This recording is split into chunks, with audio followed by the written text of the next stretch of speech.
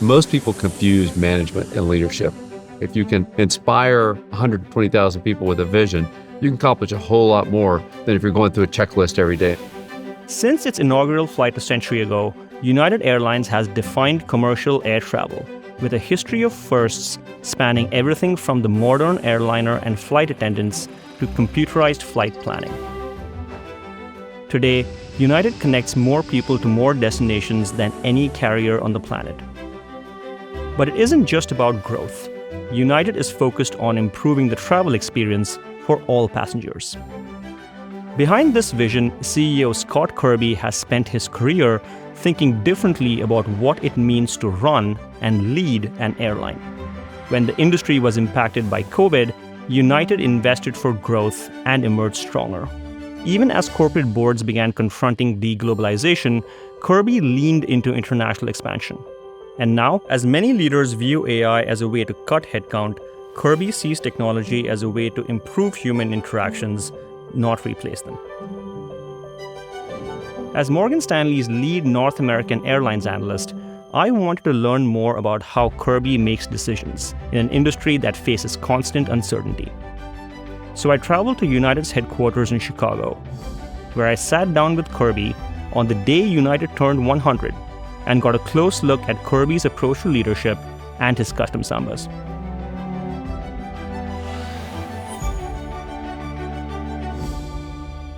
Thank you, Scott, for having me here today on the actual 100th anniversary of United. Congratulations. Yeah, today's the day, 100 years. Happy birthday. Thank you. And how you like the shoes? They are 100-year anniversary sambas. That is fantastic. You graduated from the U.S. Air Force Academy. Did you originally aspire to fly professionally? And what prompted you to go a different direction? I went to the Air Force Academy intending to be a pilot and then an astronaut. And while there, you get to fly. And I was out in an F-4 dogfighting, aerial, broke the sound barrier. And at the end of it, the pilot told me to close my eyes and fly straight and level by feel. And I was at a 30-degree left bank. And they said, use the instruments. And I did. And I felt like I was going to fall out of the seat to the right. And he laughed at me and said, you're never going to be a fighter pilot. You're going to be a cargo pilot. And that moment, I decided, I'm sure you're right about the first one, but you were dead wrong about the second one. So I didn't go to pilot training. To the present day, right, you may not be a fighter pilot, but you operate in an environment of near constant volatility. So how do you handle the daily realities of this environment we are in right now? You're trying to figure out on the fly what's going to happen, trying to look over the horizon, trying to read extensively. I've done that my whole life. I read 3 hours a day on average, but I'm genuinely curious. And when you do that, you can connect dots, I think, that other people can't connect and don't see. And this has happened, a lot of times in my career, to try to see things over there and how to take advantage of stuff when I have a view that is different than the consensus view. How do you carve out the space and time to think long-term with everything going on? I'm really good at time management, and I don't waste time in my personal life, professional life. I'm not on social media. What a time suck. I don't really watch TV, another time suck. But in business, I less than 4 hours of meetings a day on my calendar is my rule. It gives you time to think, gives you time to read, gives me time to just call people and ask questions. But also, I have a great team. And I feel like if I am trying to micromanage, I've done something wrong. You're known as a highly data-driven leader. So as data has become more pervasive, has your approach to leadership changed as well? I don't think it's changed so much because of data. In fact, I probably use data less explicitly the further I go in my career. I could tell you pretty close what it's been for the last 30 days. I know about the operation. I know what we've done. I know what each of the other airlines have done. But I really use that more to paint the palette of thinking about other bigger decisions. And I draw a big distinction between management and leadership. Management is about compliance. It's about running the checklist, how many people showed up for work on time. But leadership is different. It's about inspiration and vision. And compliance is really important. You need people to do that.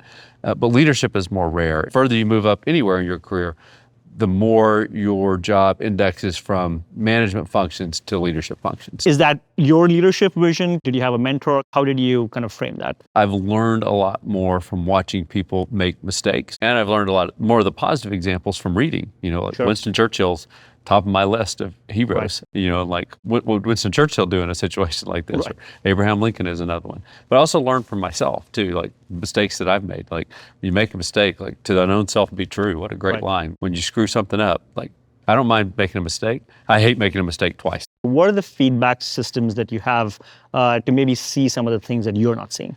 You have to spend a lot of time out talking with people. I have the easiest job of anyone at United because I have only really one responsibility: create a company that our employees are proud of. And so I look for that pride. And I spend a lot of time out in the operation. I every week am out, either virtually or in person, talking to groups of new captains and talking to groups of new pursers at United. And you can tell if people feel proud of the company. People want to be on a winning team, and winning is contagious. Can you give us an example of an instance where the data pointed one way, but your gut or your instinct kind of said do something different? COVID. Sure. When COVID started, the data to me pointed to like, this is a global pandemic, and it was hard for me to understand why no one else knew it. We were just a couple of weeks ahead of the globe, but we went off and raised $2 billion at 3% interest 2 days before the NBA walked off the court, and it would have been impossible. And we shrunk more than everyone else quickly. But then during COVID, the data got wrong. All the experts believed that air travel demand would never recover. Absolutely. And all the surveys, if you did surveys, people said they were never going to fly again. And so literally every global long-haul airline in the world, except United, permanently retired part of their global long-haul wide-body fleet and shrunk. And we looked at that and said, I just think that's the wrong decision. Instead, we did the biggest aircraft orders in history during COVID.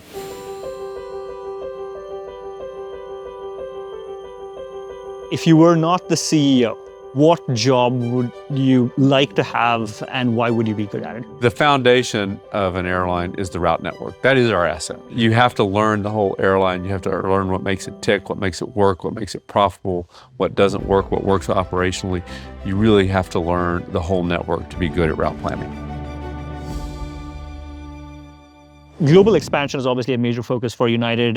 You fly to 385 destinations globally. What are some of the unique challenges and opportunities? Flying globally is it's what customers want, so that's the starting point. But it also creates unique challenges and opportunities. I mean, we're just exposed to everything that happens anywhere in the world. If there's war in the Middle East, we're not just hit by fuel prices. We fly to those places. When the war in Ukraine started, we flew over Russia. Anytime something happens in the globe, we're exposed to it. But it's where our customers want.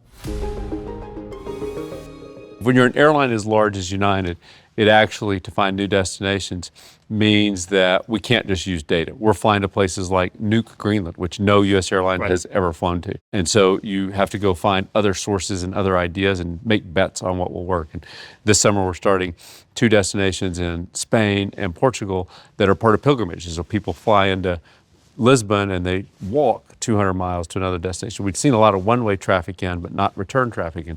Realized that, and it's been booked up like crazy, so it's done really well. What gives United an edge when it comes to recruiting pilots, flight attendants, or anybody else who wants to work for United and kind of pass that culture through? We really are at the top of the food chain for aviation and for industries at large. So we're growing faster every year in absolute than any airline in history has done, which gives you lots of opportunities. And if you come to United, it feels like you're on the winning team. I just came from speaking to a group of new hires. We had people from all of the major airlines. A lot of them were talking about, in my area, United is doing this, and you're the leader here. And so they're all excited to come. People that come to United are usually coming for a career. We still create the kind of careers that used to be common in the United States. But, a pilot, a mechanic, a gate agent, can start here when they're 20 years old. And when they get to the top of the scale, and certainly with a little bit of overtime, they can make 6 digits.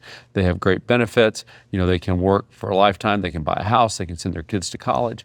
It's an important part of the fabric of America, and being able to create those kinds of careers we're proud to do it. Just given the thought and effort you guys put into recruitment, kind of how does that translate into customer experience, kind of that culture of United coming through?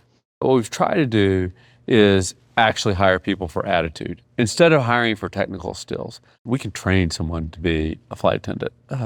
We can train someone to be a gate agent. What we can't train is to be a people person that cares. So we try to hire people that have that attitude, that are people. I mean, we're in the business of connecting people and uniting the world. The premiumization of air travel is a major theme in the industry, kind of big change versus the last decade. So how is United kind of building brand loyalty across all segments? So I push back actually a little bit on the premiumization of the industry. It is happening, but I start by saying we're investing nose to tail for all customers. And I think actually the gap between our economy and other airlines' economy is probably bigger even than the gap between premium to premium. There's a gap in both places, but things like Starlink throughout the airplane, seatback entertainment throughout the airplane.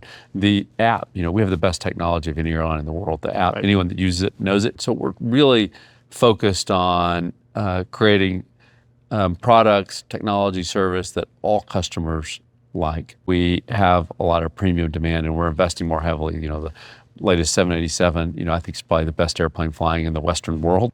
The CRJ 450, when you're flying to small cities, it's like flying on a private airplane. It's the opposite trend of what most airlines do. We took 18% of the seats off the airplane.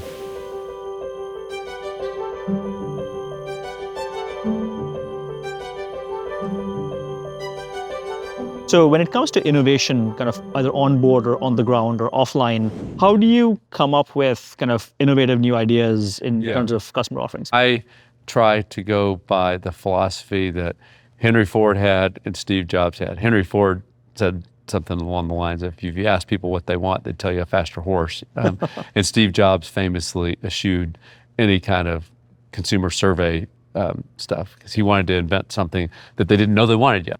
Some of the things that we put in the app are not the kind of things that people ask questions about. We put a scorecard in for frequent flyers last year. How many flights did you take? How many hours? How many miles did you fly? We've started putting the airport map so you can see when you're on the ground where you have to taxi. I want us to surprise and wow our customers every year with something new.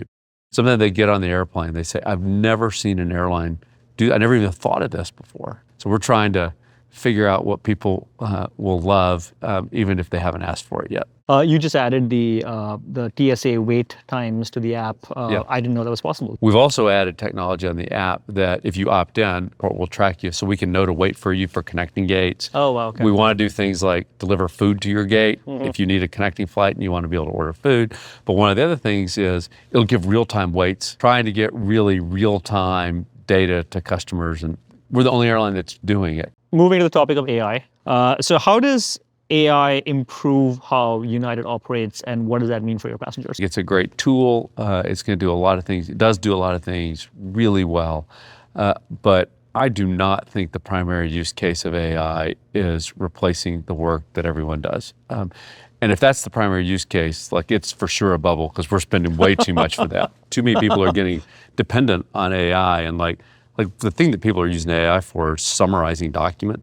That seems to me to be the number one use case. I actually want to read the book because all the cool learnings are, on page 312 and a little paragraph that there's some cool insight.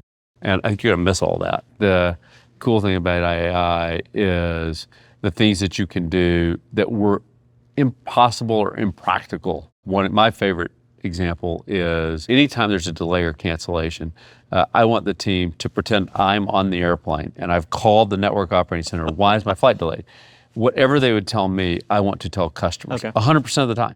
We're better at it than any other airline in the world, but we're not even into the game yet. We're still in the pre-game. Really hard to do without AI. It's also going to help us, I think, in our network operating center when we're deciding which flights, when stuff happens, when the weather hits and airports close. It's one of those problems that has multiple tentacles that can last for days, crew and maintenance and all kinds of other implications. And they're all stochastic. You don't know for sure what's going to happen down the line. Scott, you mentioned that COVID was an instance where the data pointed one direction, but your instinct took you another direction. What is that moment today? Oh, oil prices and the war in Iran. From the time that MEU left Asia for the Middle East, I thought the forward curve was wrong. Wow. And oil was going to be higher for longer. And so we've been preparing for that at United. The experts that I talked to back then, all told me, worst case, the Straits of Hormuz are open by the end of March. I think oil prices are going to be higher for longer. We at United are preparing for that. That's our base case planning assumption. I think there may be opportunity to take advantage of it when our competitors are managing more by hope instead of reality. Scott, so when you eventually do step out of the CEO role, what do you hope people would say that you changed about United and the industry?